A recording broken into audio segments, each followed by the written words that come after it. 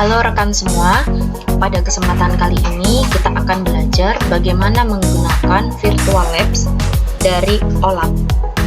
Pertama, kita masuk ke halaman olapsedu.in.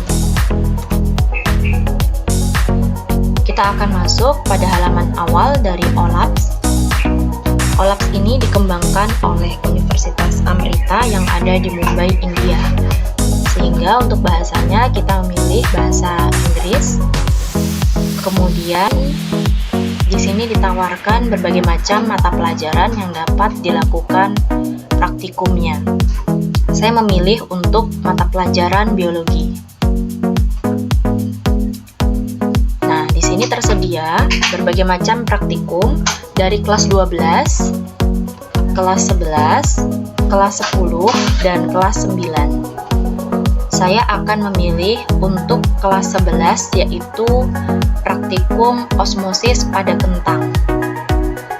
Ketika kita memilih, maka kita akan mendapatkan pertama adalah halaman teori. Pada halaman teori ini berisi mengenai materi serta penjelasan singkat tentang praktikum.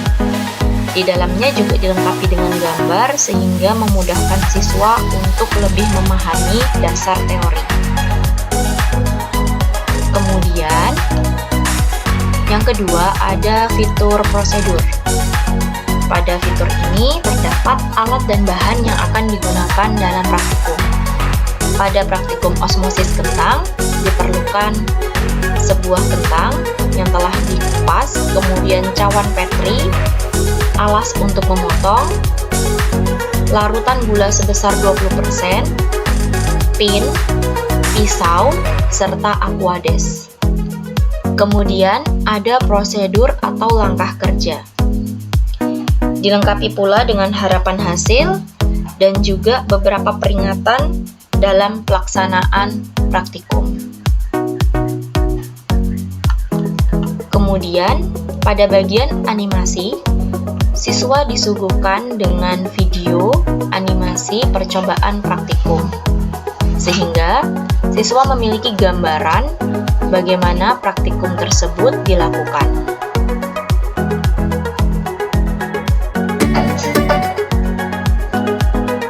Contohnya seperti ini. Sehingga siswa tahu bagaimana praktikum tersebut dilakukan. Kemudian, pada bagian simulasi, disinilah siswa akan melaksanakan praktikum dengan mengklik sesuai dengan petunjuk praktikum yang telah disampaikan di awal. Contohnya pada bagian osmosis kentang ini, larutan di cawan Petri, kita memilih larutan gulanya 0%. Di bagian cawan Petrinya tidak diberikan larutan gula. Kemudian di bagian dalam kentang, ini dipilih 20% sesuai petunjuk tadi. Kemudian diletakkan, kemudian dilihat dulu seperti ini, kemudian diletakkan pinnya untuk menandai sebelum dan sesudah terjadinya osmosis. Nah, setelah itu kita klik start. Ketika klik start, maka jamnya akan berputar sesuai dengan waktunya, yaitu 2 jam. Ketika sudah 2 jam, maka jamnya akan berhenti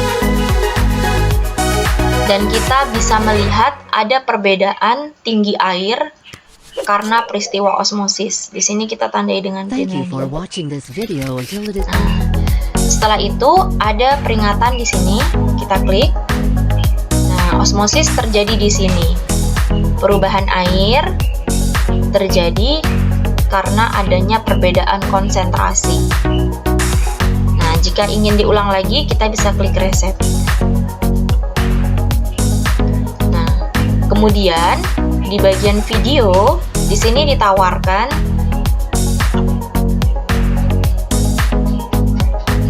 siswa bisa melihat bagaimana peristiwa praktikum yang terjadi di laboratorium sesungguhnya. Sehingga siswa tidak hanya memahami melalui animasi, tetapi juga bisa melihat langsung bagaimana praktikum tersebut dilakukan.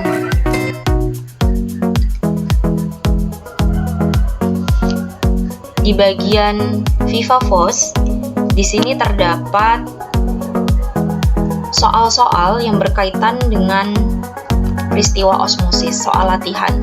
Dan di sini memberikan sebuah tantangan tersendiri karena dia menggunakan bahasa Inggris sehingga bisa melatih kemampuan siswa kita. Demikian yang bisa saya sampaikan mengenai virtual laboratorium dari OLAPS. Keuntungan menggunakan virtual laboratorium diantaranya adalah untuk memudahkan pengerjaan eksperimen pada siswa di mana saja dan kapan saja, serta lebih efisien dan murah. Namun, terdapat juga kekurangannya, yaitu siswa menjadi kurang memahami bagaimana prosedur yang ada di laboratorium sesungguhnya, seperti keterampilan-keterampilan memegang alat dan lain sebagainya. Demikian yang bisa saya sampaikan. Selamat pagi dan tetap semangat.